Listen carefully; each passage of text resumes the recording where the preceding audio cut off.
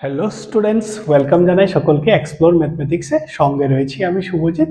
তো এখন আমরা করছি ক্লাস 10th এর এক্সারসাইজ নাম্বার 8.2 এর কোয়েশ্চেন নাম্বার 1 এর রোমান 4টা। ঠিক আছে, তো আমরা দেখব রোমান 4 কি বলেছে। আমাদের বলেছে sin 30 degree plus tan 45 degree minus cosec 60 degree divided by sec 30 degree plus cos 60 degree plus cot 45 degree.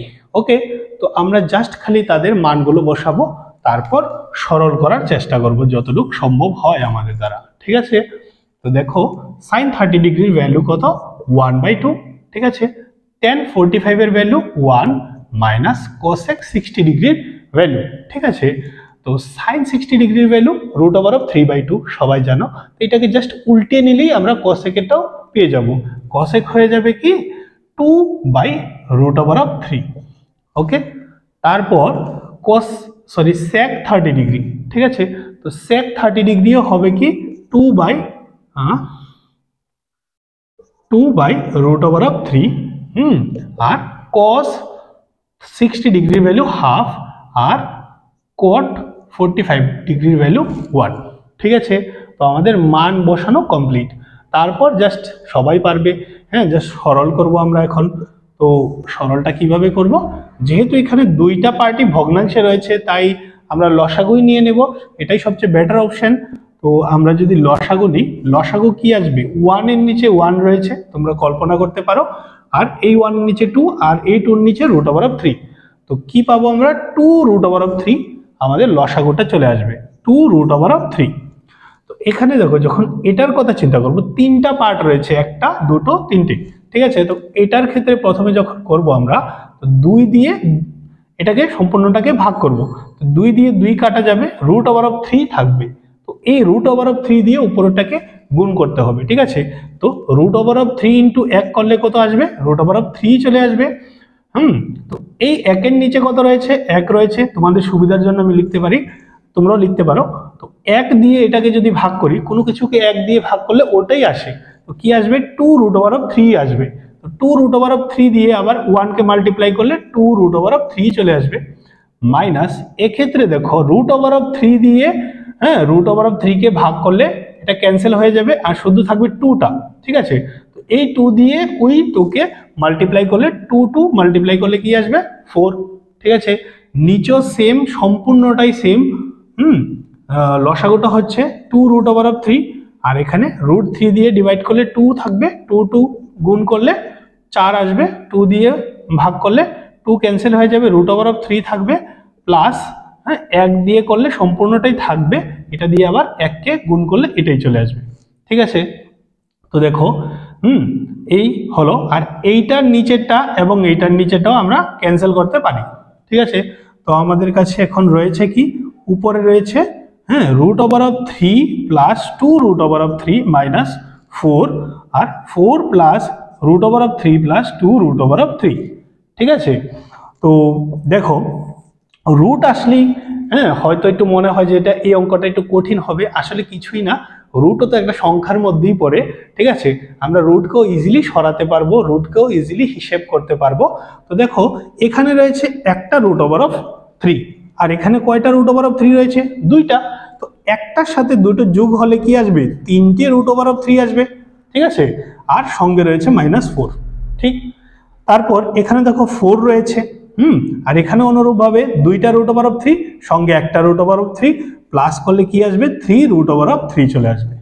Okay, তো একটা জিনিস এখন আমরা লক্ষ্য করব কি, উপরে নিচে সেমই রয়েছে, বাট একটা প্লাসে একটা মাইনাসে রয়েছে। ঠিক আছে, আর কি করা যায় এখন, এখন আমরা করব কি, তোমার করণী নিরসন করে নেব। ঠিক আছে, আগেরটার মতোই করণী নিরসন কিভাবে হয় মনে আছে তো তোমাদের। তো নিচে যেটা রয়েছে এটাকে প্রথমে লিখলাম, তারপর সেম লিখবো, বাট এখানে প্লাসে রয়েছে, ওখানে মাইনাসে লিখবো। আর যদি এখানে মাইনাসে থাকতো তাহলে এখানে প্লাসে লিখতাম। ওকে, তো কি লিখবো, 4 - 3√3। ঠিক আছে, আর উপরে কি রয়েছে, 3 - 4। তো এই পার্টটা দেখো আমরা এক্সট্রা লিখেছি, আগের লাইনের সাথে যদি আমরা কম্পেয়ার করি, তো যে পার্টটা এক্সট্রা লিখেছি এটাকে উপরেও লিখতে হবে অঙ্ক অনুসারে। ঠিক আছে, তো এখন এটাকে যদি আমরা a হিসেবে ট্রিট করি আর এটাকে b, তাহলে এটাও a হবে, এটাও b হবে। তো কি হবে, a plus b into a minus b, অর্থাৎ a square minus b square. ঠিক আছে, তো a কাকে পড়েছি আমরা 4 কে, তাই 4 স্কোয়ার দিলাম, মাইনাস b কাকে পড়েছি 3√3 কে, 3√3 এর হোল স্কোয়ার হবে। ওকে, আর উপরে তো একদম ইজি, তোমরা এটার সাথে এটাকে গুণ করবে, তারপর এটাকে করবে, হ্যাঁ, তারপর 4 দিয়ে দুটোটাকে করতে হবে। তো আমরা স্টেপ বাই স্টেপ করে নেব। প্রথম 3√3 দিয়ে দুটোটাকে গুণ করছি, তো 3 4 কত হবে 12, হ্যাঁ, আর সঙ্গে √3 থাকবে, মাইনাস 3 গুণ করলে আসবে 9, আর √3 গুণ করলে আসবে 3। আশা করি তোমরা বুঝতে পেরেছো। তারপর -4 দিয়ে 4 কে প্লাসে মাইনাসে মাইনাস 4 × 4 মাল্টিপ্লাই করলে আসবে 16, আর মাইনাসে মাইনাসে হয়ে যাবে প্লাস 4 × 3√3, অর্থাৎ কি হবে 12√3। ঠিক আছে, তো তারপর আমরা চলে যাব নেক্সট লাইনে। তো উপরে আমরা শিফট করে নিলাম। ঠিক আছে, হয়তো তোমাদের প্রবলেম হচ্ছে বুঝতে, কিন্তু আমার তো স্পেস নেই, তাই ওইখানে শিফট করে নিলাম এটাকে। তো এখানে দেখো খুব ইজিলি আমরা বোঝার চেষ্টা করব, 12√3 আর এখানে রয়েছে 12√3। তো 12টার সাথে 12টা যোগই হবে, 12টা √3 আর 12টা √3 মিলে 24টা √3 চলে আসবে।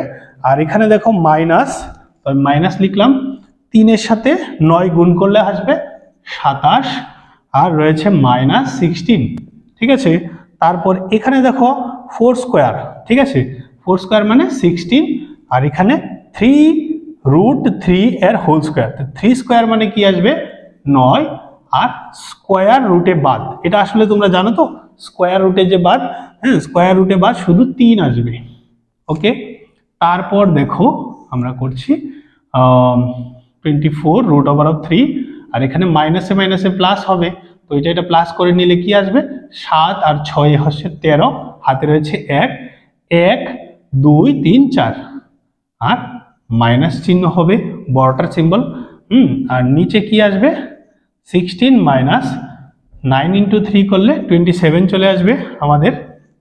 তো উপরে রয়েছে 24√3 মাইনাস 43, আর নিচে প্লাসে মাইনাসে মাইনাস করলে কি আসবে আমাদের চলে আসবে 7 থেকে 6 চলে গেলে 1, আর 2 থেকে 1 গেলে 1।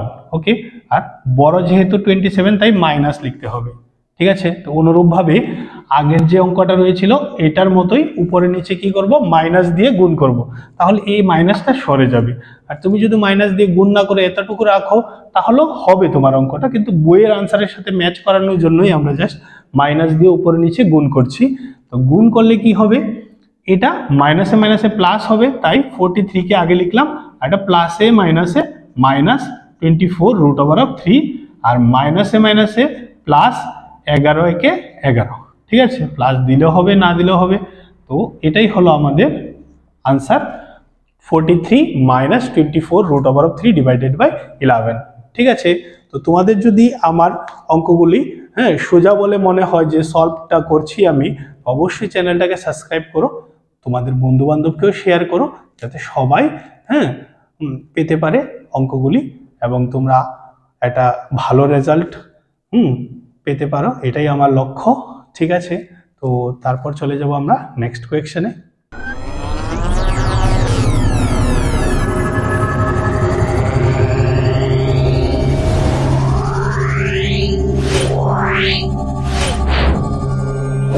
Wow.